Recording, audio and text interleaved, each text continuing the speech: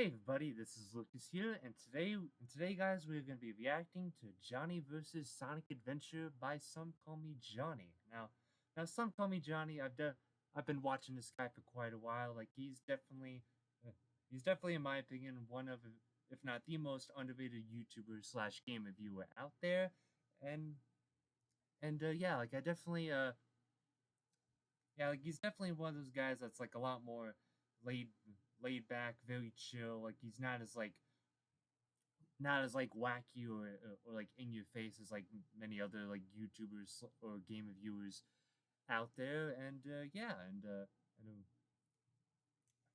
yeah. Now with Sonic Adventure, I definitely played this game quite a few times. Like I know this game came out on the Dreamcast and it was later re-released for the GameCube and Xbox and so on and so forth. I now I never played the Dreamcast version. I never had a Dreamcast growing up. Only pretty much only consoles that we had growing up were a GameCube and a PS2. And now the PS2 was given to us as a gift from one of my dad's friends at work. But then we later sold the PS2 uh, to get the Wii. And that was back when like the Wii first launched. So yeah, and it wasn't until like a few years later that I discovered that you can actually play GameCube games on the Wii. So that's pretty much what I played the that's pretty much what I played like the DX port on was the was the Wii with the GameCube functionalities. So yeah, with that being said, let us dive in to some Call Me Johnny. Don't take that out of context, and let's see what he has to say about SA1. Let's get into it.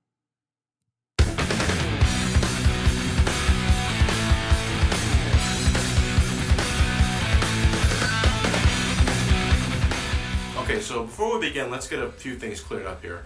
Now, if you've been following this channel since November of 2008, you might have remembered a series of Sonic reviews that I had posted on this channel, which I no longer have hosted here. They were very quick look-ats of all of Sonic the Hedgehog's 3D titles, from Sonic Adventure to Sonic and the Secret Rings. I did it in celebration for Sonic Unleashed, which I later reviewed a few months after it was released. Now, around the time of making these reviews, I was still trying to establish an identity for myself, and while I'm not exactly sure if I found one yet or not, as the months and years went on, the more I looked at the videos, the more I began to dislike them. I mean, back then I didn't even have a dazzle or a hotbox. I just stuck this camera in front of the TV, turned the lights off, and hoped for the best. Eventually, I gave Sonic the Hedgehog 2006 a full review, which I also later took down because in the end I thought I could have done a much better job and not sound so forced. Now, ever since I deleted those videos, I always had the intention of giving these games the full review that they deserved, and well, here we are. Another thing, and I think this is really important. Now, even though I'm a really big Sonic fan, I do not play these games nearly the amount of times I do the classic games. In fact, I will go and say right now that these games are of much better quality and well worth your time and money. Now, that's not to say they're all terrible, but I thought I'd get that out there as a heads up. I also won't be reviewing Sonic and the Secret Rings for this month because my plate is already full enough as it is. I promise I'll get to it one day, but for now, I'm just sticking with the main titles. So over 4 years after the reviews were initially made, I think it's finally time we give these games the reviews they rightfully deserve. So without further ado, ladies and gentlemen, welcome to Month of Sun... Oh, fuck it. Who am I kidding? I can't review these games in a month span. We're already 2 weeks into November. I mean... Fuck it. Ladies and gentlemen, it's a Sonic the Hedgehog marathon. Unfortunately, that also means I have to delay a certain other month of that I have planned, but I promise you guys the wait will be worth it. So, let's get started. So in case it wasn't obvious enough at this point, I love Sonic the Hedgehog. The classic titles are games that I always make sure to take some time out of my schedule to play. If I'm not popping in Sonic 3 and Knuckles on my Sega Genesis, I'm playing Sonic CD on my Android phone. I own multiple copies. God, it's been years. God, it's been years since I played like mobile versions of the classic Sonic games. Yeah, I can't remember like the last one that I played, but I do remember playing Sonic 1 and Sonic 2 I'm I do remember playing Sonic 1 and Sonic 2 on my iPod pretty often, which I know I I no longer had that anymore. I just have my Android, but yeah. Copies of each game, and I hold no regrets.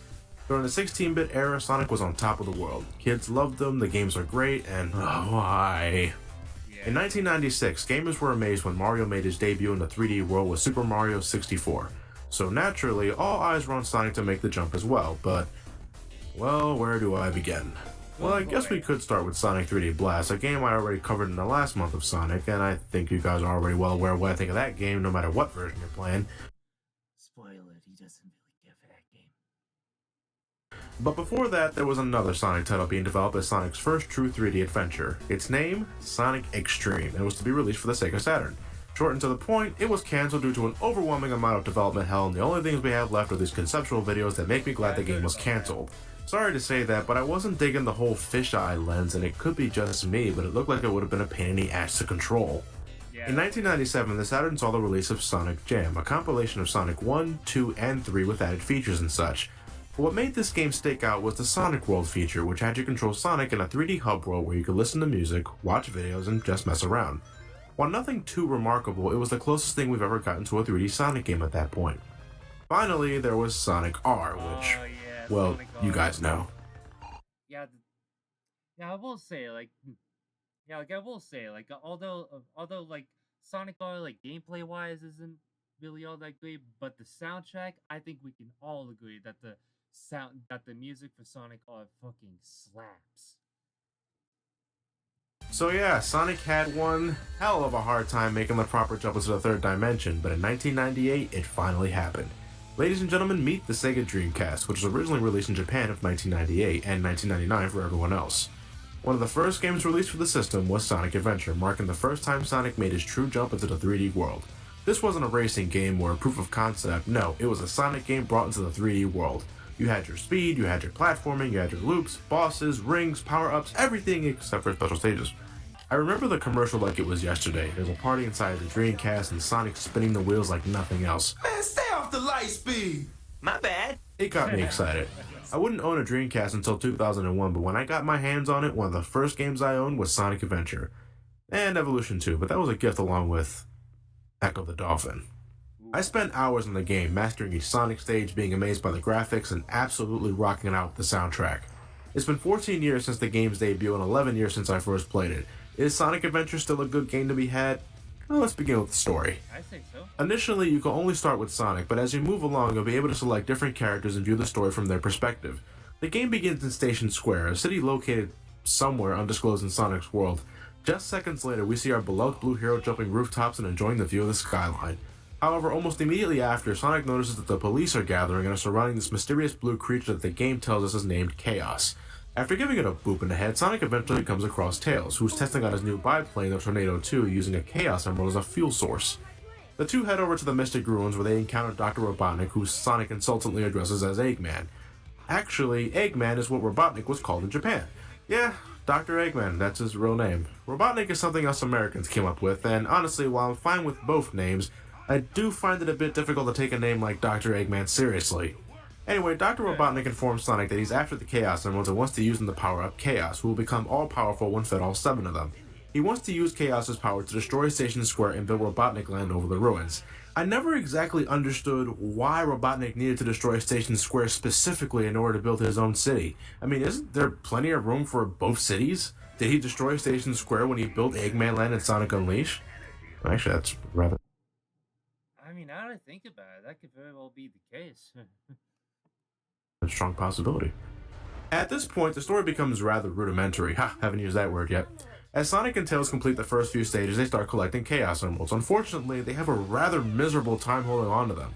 Every time they nab an emerald, they end up losing it to Robotnik, either by means of stupidity or knockout gas. As the story unfolds, Chaos becomes stronger with each emerald it absorbs, leading to many boss encounters with every character that encounters him. It turns out Sonic and Tails aren't the only ones on a journey. Knuckles finds himself hunting down Chaos when he sees the creature shatter the Master Emerald, causing Angel Allen to fall into the ocean. Knuckles makes it his duty to collect the broken pieces of the emerald, which causes him to butt heads with Sonic on the occasion. Amy, returning from Sonic CD, also makes her playable debut because she apparently lives in Station Square. You know, it's funny, like, when I first saw the logo on the bag, I honestly thought I honestly thought that was like the Walmart logo on that bag. And when I first noticed that, I thought to myself, "Wow, Walmart of all people is advertising themselves in a Sonic game." Like, And this bird forced her into the plot. As such, she constantly finds herself being chased by this robot sent by Dr. Robotnik, which is after the Chaos Emerald located inside the bird's pendant. Eventually, all four meet up inside Dr. Robotnik's flying fortress, the egg carrier, where quite a number of things go down. Amy ends up befriending one of Dr. Robotnik's elite robots, E101 Gamma, who develops a conscience after... actually, Johnny, he's known as E102 Gamma. Oh, okay, I'll stop. I'll stop using that name. meeting Amy, and after Sonic and Tails run amok inside the egg carrier, it begins to lose altitude. While Tails takes Amy to safety, Sonic and Knuckles stay aboard and encounter Chaos, charged up with 6 Chaos Emeralds. There's also a big purple cat here for some reason, who apparently wants his frog back. Sonic and Knuckles defeat Chaos once and for all, with Sonic making his escape while on Dr. Robotnik's tail. Knuckles fully reconstructs the Master Emerald, causing Angel Island to float high in the sky once more. Back in Station Square, Tails sees that Dr. Robotnik, out of desperation and because Chaos was defeated, prepares to destroy the city with a giant fucking missile, but lucks out when the missile turns out to be a dud. Sonic, after landing flat on his face from a height clearly above 30,000 feet, finds himself inside the Lost Temple located deep within the Mystic Ruins after being goaded there by this mysterious light. Before Sonic can make anything out of it, though, he spots Dr. Robotnik and the two go at it one last time before Sonic takes out Robotnik once and for all. Meanwhile, in plot number 4, Amy finds the bird's missing parents, one of which was the bird located inside E101 Gamma, who blows up after duking it out with one of Robotnik's mechs in an attempt to free the animal inside. I'm getting a bit dizzy here, so let's wrap things up. Turns out Chaos wasn't completely destroyed back on the egg carrier and manages to swipe all 7 Chaos Emeralds underneath the hero's noses, turning against Dr. Robotnik in the process. With all Chaos Emeralds at his disposal, Chaos becomes perfect Chaos and completely floods Station Square. Don't worry though, no casualties. I'm serious, not a single goddamn person dies from any of this. While we see that the streets are clearly crowded the instant Perfect Chaos makes a move, just mere moments later we see the streets are completely barren with no human in sight. Forget Sonic the Hedgehog, the fastest things alive are the citizens of Station Square. You're telling me, holy shit. Yeah, the citizens there got out of there fast. Damn. It's here that we find out the glimmering light is Tikal, a girl from an ancient Echidna tribe that previously guarded the Master Emerald. I haven't brought much attention to this, but I might as well now. Throughout each character's respective story, Tikal would occasionally interrupt the player's progress to provide some backstory on either herself or Chaos. Tikal's father, Pakamade or whatever, wanted all the Chaos Emeralds for total conquest. Chaos was originally a guardian of the child, these cute little creatures that do nothing but sing in horrible unison. One night, Pack-a-Pack raised the Master Emerald Shrine, harming all the child in the process, causing Chaos to retaliate by absorbing all the Chaos Emeralds and destroying the Echidna tribe. Tikal managed to seal both herself and Chaos into the Master Emerald to stop his rampage, but was released when Dr. Robotnik smashed her emeralds into pieces, kicking off the game's plot. Tikal pleads with Sonic to stop Perfect Chaos, and Sonic does just that by absorbing all the positive energies from the Chaos Emeralds, becoming Super Sonic in the process. Because science. After ramming into Perfect Chaos's head enough times, Super Sonic neutralizes Chaos, causing him to become good again. Tikal thanks Sonic and departs into the afterlife with Chaos. The day is saved, but Station Square is still left in complete shambles, so does that mean Dr. Robotnik can build Robotnik Land now? I don't know, I'm just curious. So that's Sonic Adventure's story, and overall, well, in terms of each character's individual story, it's fine. Sonic's can be summed up as just wanting to stop Dr. Robotnik, which is pretty basic for a Sonic game, but it works. And Tails is pretty much the same thing with a bit of confidence building thrown into the mix. Until Sonic Forces, where they completely shit all over that. Knuckles is only trying to restore the Master Emerald, and Amy learns to stick up for herself. However, when trying to connect these stories together for the sake of having a major villain, it's rather sloppy. Firstly, you may have noticed that I've neglected to mention E101 Gamma or Big the Cat, who have their own stories, but in terms of the overall plot, they mean absolutely nothing. Yeah. Gamma's story involves him turning against Robotnik and destroying the other E101 robots, but in the end, Gamma dies, allowing the bird inside to escape. Although to be fair, although Gamma's story doesn't really matter much to the main plot, I still think his storyline is definitely the most intriguing out of all the other stories. Which is good for the bird and all, but what does any of this have to do with Chaos and such? And Big, Big. Nothing happens here. It's just some cat who wants his frog back. Why is he here? His frog swallows a bit of chaos and an emerald, leading to a wild goose chase, but it just comes off as arbitrary. You can take Big out of the story and it would impact nothing. Tikal herself is not well integrated into the main story. Instead of finding a good way to explain what she's all about in addition to the origins of chaos, the game just decides to interrupt each character's quest with exposition that comes off as annoying and disorganized. She also does this with Also, by the way, Knuckles, what happened to your eyes? I mean, seriously, look at that. What the fuck happened to his eyes there? What is he turning into Slenderman now? What the fuck? Is annoying and disorganized.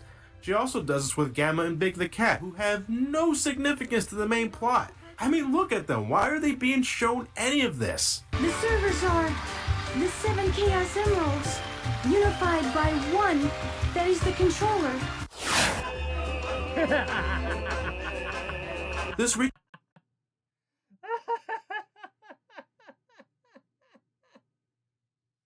Oh, the Chololo guy. Classic meme. reaches its peak at the final part of the story, where Tikal just suddenly decides to stop Sonic in the middle of a conversation with Tails and Knuckles, providing one last ounce of exposition to explain how Chaos wrecked shit up in the past. And it's not like time freezes or anything like that. No, as soon as Sonic's brought back to his time, Tails comments that Sonic just conked out. Could you imagine what that would have looked like from Tails or Knuckles' perspective? The 7 Emeralds are the servers. Chaos is power enriched by the heart.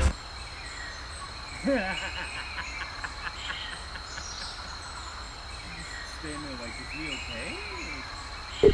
Hope he's fine. I'm all for playing as multiple characters to Never mind, he's fine. He's all good.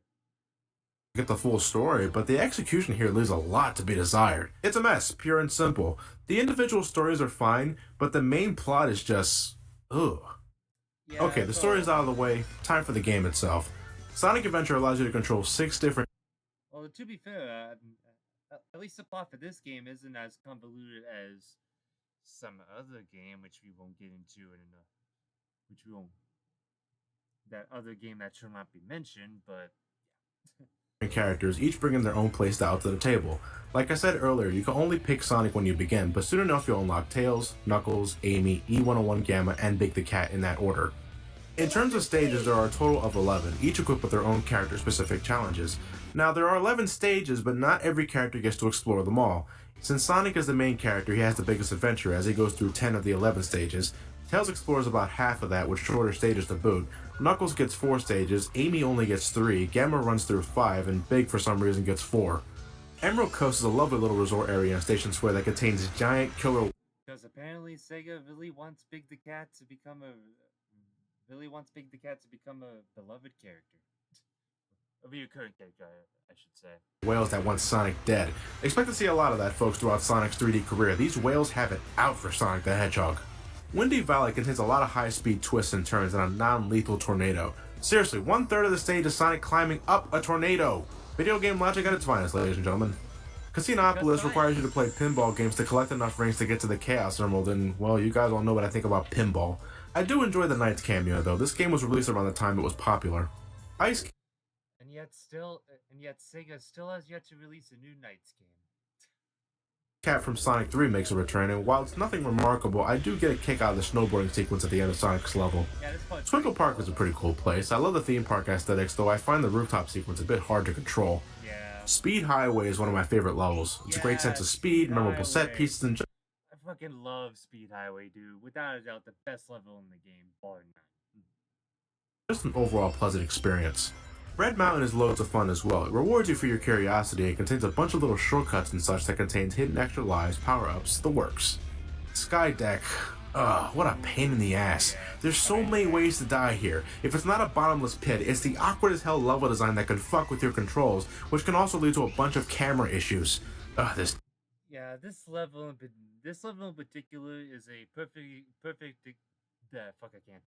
perfect example of on why the camera in this game is so shit. tilted view makes me dizzy. I just want it to end, goddammit. Lost World is okay, but nothing mind-blowing. The first half of the stage, especially the snake sequence, feels a bit off. It feels like the camera is constantly trying to fight against the snake in this area, leading to some incredibly awkward jump angles. I like the gravity panels in the second half, but only because I love using the spin dash to jump across large chunks of the level. Hot Shelter is a level only Amy, Gamma, and Big travel through. Since none of them are remotely fast, the level itself is rather short and very platform heavy. It kind of reminds me a lot of a Mario game, to be honest. Final Egg is a pretty decent final level, although I should note that it's the first level in Gamma's adventure, just nowhere near as big or difficult. It can be annoying at times, especially with the painfully slow platforming sections, but it has a lot of design elements that remind me of the classic titles. In between each stage awaits one of 3 hub worlds: Station Square, the Mystic Ruins, or the Egg Carrier. Some of you may already be aware that I'm just not a fan of hub worlds in general. I'd rather just go from stage to stage like the classic titles, but thankfully I don't find these particular hub worlds to be that intrusive. Firstly, you can explore them about as fast as you would a regular stage. Secondly, you have to call to tell you exactly what you need to do or where to go so you're never lost. Thirdly, each hub world has memorable set pieces to make them easier to explore and remember. And lastly, they're small and confined. Again, I'd rather not have hub worlds to begin with, but if they have to be in the game, I'm glad they were structured like this. The actual worlds themselves, though, are a bit barren. You can talk to the townspeople to get a sense of atmosphere or an understanding of the worlds themselves, I guess, but it's all rather pointless shit. There's this one girl who's having a hard time trying to hit on the cashier in the burger shop, and she slowly starts building the courage to do so, but besides that, I can't remember anybody else. Majora's Mask, this ain't. Every once in a while you'll have a boss fight, and if it isn't against Dr. Robotnik himself or some version of Chaos, it's against one of the heroes themselves. Let me be blunt for the sake of time. Character battles are outright laughable. Check this out. The only thing I'm doing with Gamma here is mashing the shoot button. Oh no! Yeah, just like boom, boom, boom, boom, boom for 10 seconds and you're done. They're good for a laugh, but in terms of an actual fight, they're terrible. Oh no! You said it, Knuckles. My biggest problem with boss encounters is the repetitiveness. I'm looking at you, Chaos 4. You have to fight this guy a total of 3 times. Once in Sonic's story, once in Tails' story, and once in Knuckles' story. And it never gets any better. It's uninteresting, the guy can barely damage you, it's just... Yeah, the fight with Chaos 4 is rather infuriating. Not because it's frustrating or anything, but it's just so boring. It's boring. See, it's causing me to be redundant. This also applies to some of the mini-games you can play during the quest. For instance, there's a Sky Chase mini-game where Sonic and Tails ride the tornado and chase down the Egg Carrier. You play this game twice in Sonic's story, but since Tails is with him, you also play it twice in his story. And it's not like the levels change or anything between characters, no, you play the same 2 stages twice. The Robotnik fights are undoubtedly a lot more interesting, though you don't fight him nearly as often as you would in a classic title. In fact, Sonic only fights him twice in his story, as does Tails, and Knuckles never fights him at all. Amy gets to wall up the robot that chases her throughout her adventure, and while I find it enjoyable, I just wish there was more to it. Gamma's boss fights are just pathetic. I can beat them all just by pushing the Just bang, bang, bang, bang, bang. Oh, the fight's over already? Oh, great. Cool. shoot button, I'm dead serious.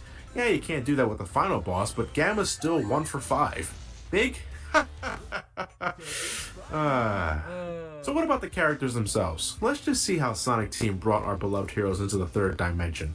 Sonic is all about high-speed antics and platforming. If you're not trying to get to the Chaos Emerald, you're busting open an animal capsule like the classic games. Just about everything Sonic could do in the 2D games, he can do here. The spin dash, jumping on enemies, everything minus the insta-shield. Remember the gold shield power-up in Sonic 3D Blast, the one that allows you to home in on targets for easy kills with the push of a button? Well, it's now been incorporated as one of Sonic's trademark techniques, the homing attack. By pushing the jump button in mid- And it is still today part of Sonic's natural moveset. Alongside with the boost, of course, but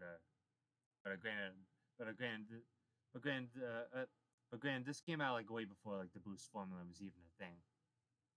air, Sonic will home in on any enemy within range, taking them out with ease. You can also use it to target spring pads for hidden goodies or just to make things easier for yourself. The homing attack is a godsend, and one I'm glad the programmers developed for Sonic. Jumping or spin dashing is still an effective way to kill enemies, but the homing attack keeps things moving, which I like. Sonic can later upgrade his skill set by discovering the Lightspeed shoes, which allows Sonic to perform the Lightspeed attack. I just find it really funny that it's a sewer of all things is where you would find like the Lightspeed dash shoes, like like with upgrades like that, I expected to find it like some sort of like building or like a shop or something, but no, it's just out of all the places you could find these at, it's a fucking sewer. Hope Sonic ended up washing him after collecting it. Jeez. Which, ironically, is so damn slow. You have to charge it up for about 4 seconds, and then you can use it to zoom across the trail of rings. You can later discover the crystal ring to reduce the charge up time, but unless the level requires me to use it, I barely use this technique. It's such a pace breaker.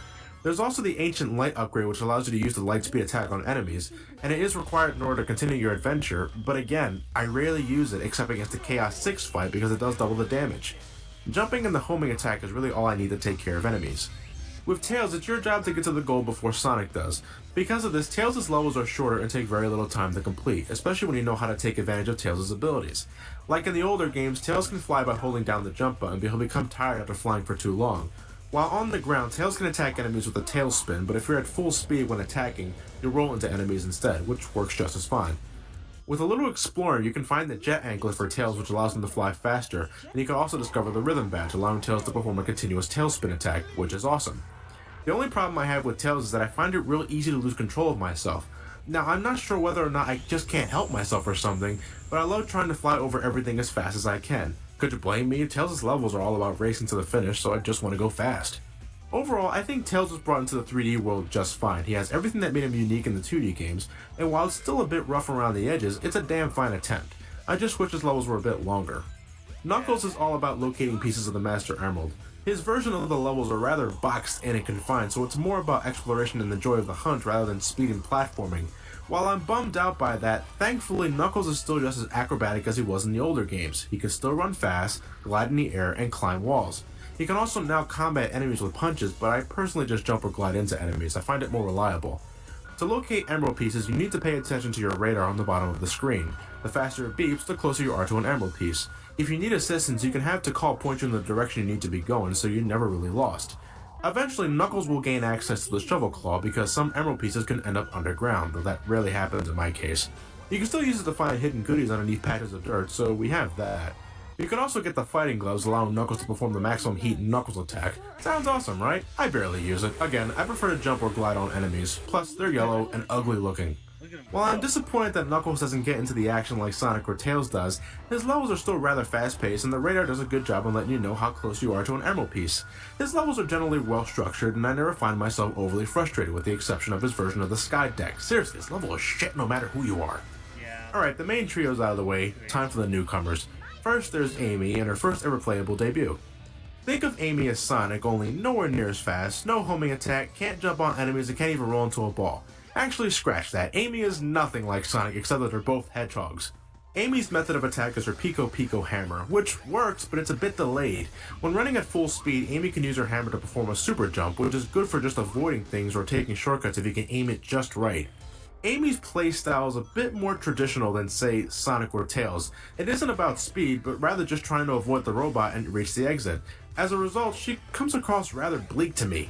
When I'm playing a Sonic game, I expect each character to have some sort of high speed, which Amy clearly doesn't have unless she's climbing upstairs for some reason.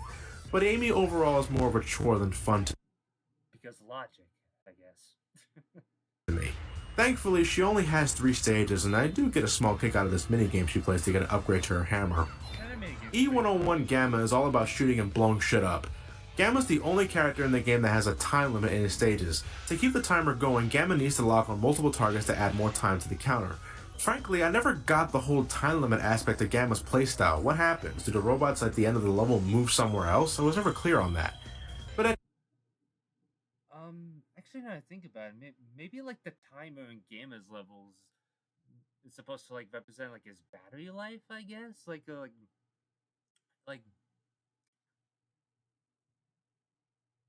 yeah, I don't know. It's just a guess.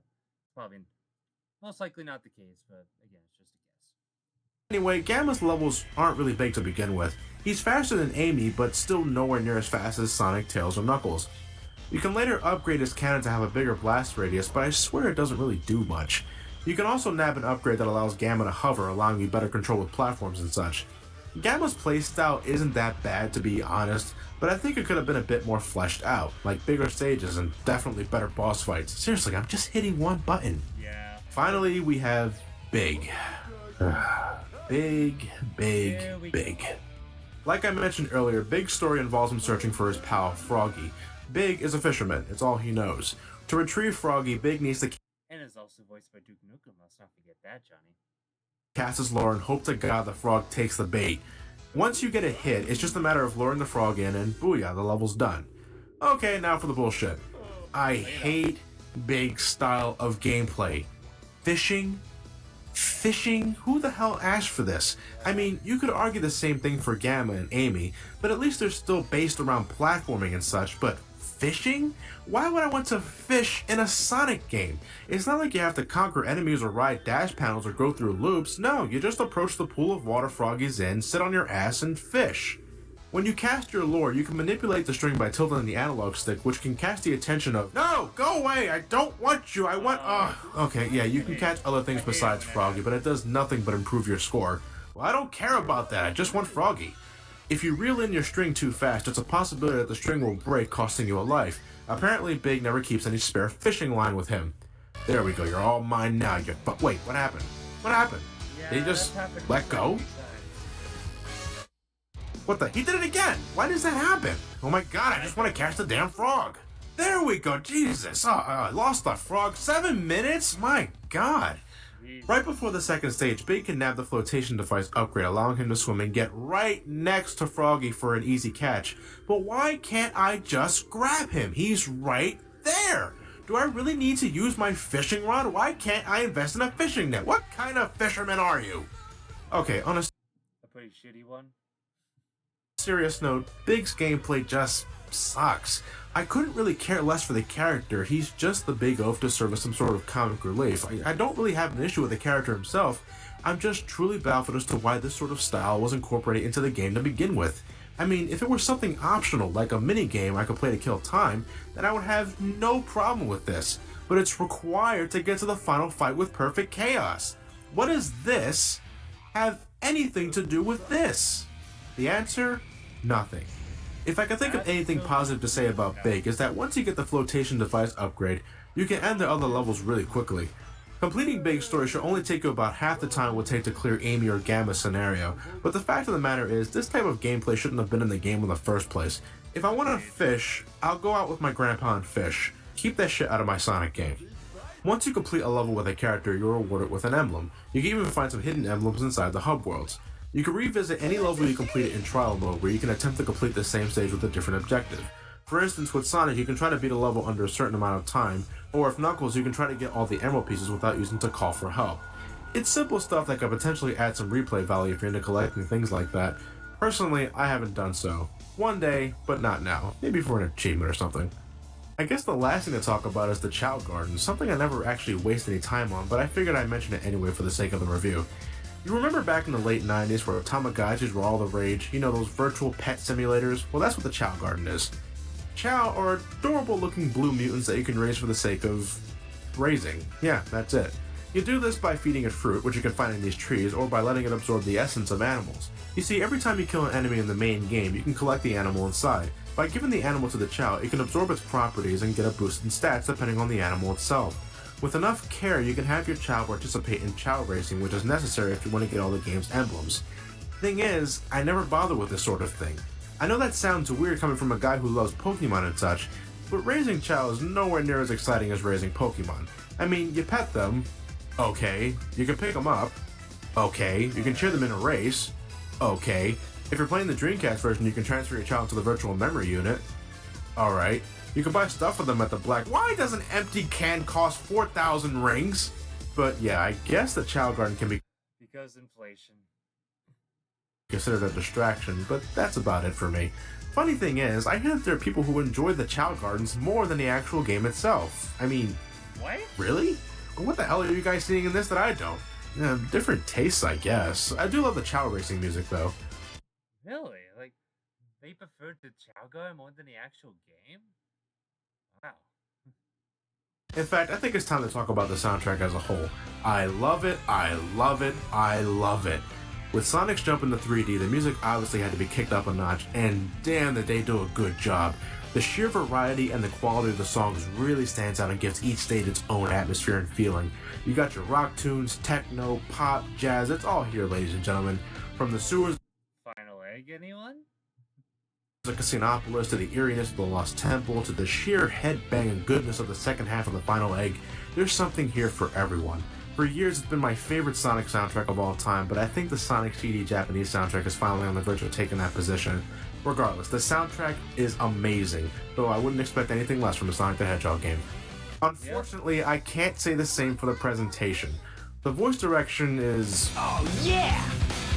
This is happening! questionable. For the first time ever in the gaming universe, Sonic and company are fully voiced, and the end result is...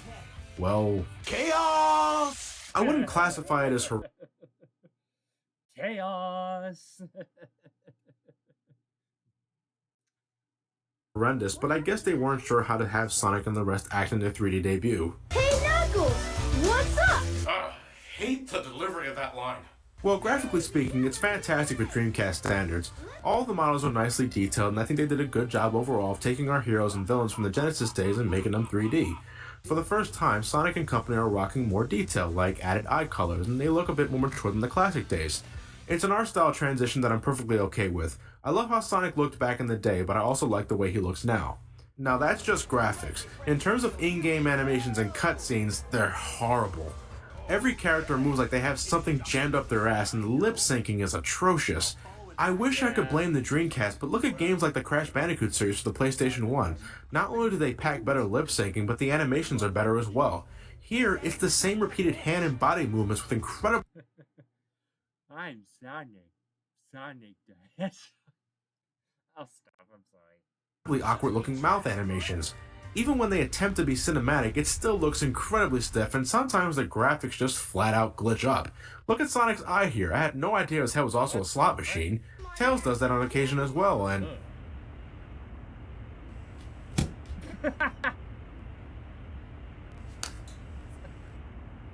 Just sitting there like, I must be seeing things. Gotta lay off the shoes, man. Go to it, Johnny. Go to it. It's not too late. There you go. In 2003, an enhanced port of Sonic Adventure was released for the Nintendo GameCube titled Sonic Adventure DX Director's Cut.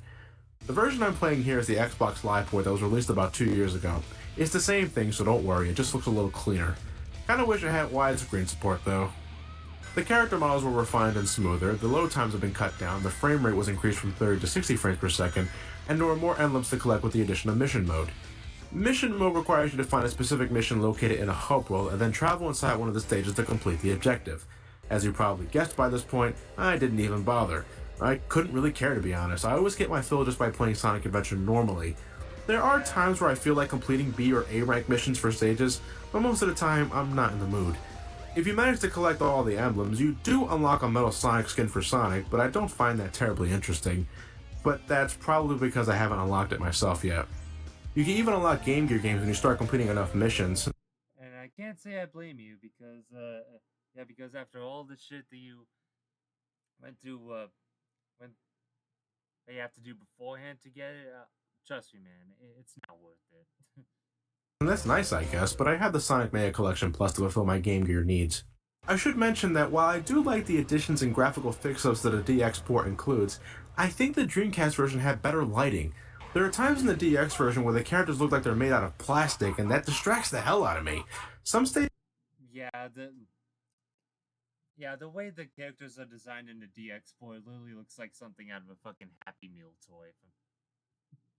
In the Dreamcast version also had a better sense of presence thanks to the proper lighting and shadows, and maybe I'm just seeing things, but something seemed to be lost in translation for the DX port.